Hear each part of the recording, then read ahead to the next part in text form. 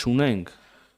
ինստիտուցիոնալիզացված խաղաղություն, էսկալացիայի վտանգ անընդհատ էլ կա։ Հիմա ինձ որ հարցնեք, իհարկե սա էլ մի քիչ պետք է բացատրենք, որովհետև վերցնում են հետո մեր մամուլի գործընկերները մի մասը չգիտակցելով, մի մասը միտումնավոր գրում են Արարատ Միրզոյան միջակետ, պատերազմի վտանգը մեծ է։ Մարդիկ էլ ընդ փողոցում խառնվում են իրար, ասում են Միրզոյան ասել է հեսա պատերազմ ալնելու։ Բայց ընդհանուր առմամբ միտքը այն է, որ քանի դեռ վերջնական չենք հանգել խաղաղության, չենք ստորագրել եւ ձեռք չենք սխմել, բայց էսկալացիայի վտանգը կա։ Դա կարող լինի ստից, տեխնիկական ինչ-որ բանից, կայծից հրդեհ բռնվի, կարող լինի պլան որպես այդպեսին, հա, մյուս կողմից։ Հետևաբար այստեղ նոր ինչ-որ եւ կոնկրետ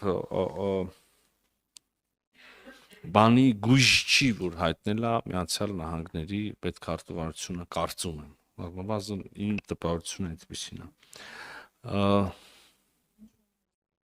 Հա՞։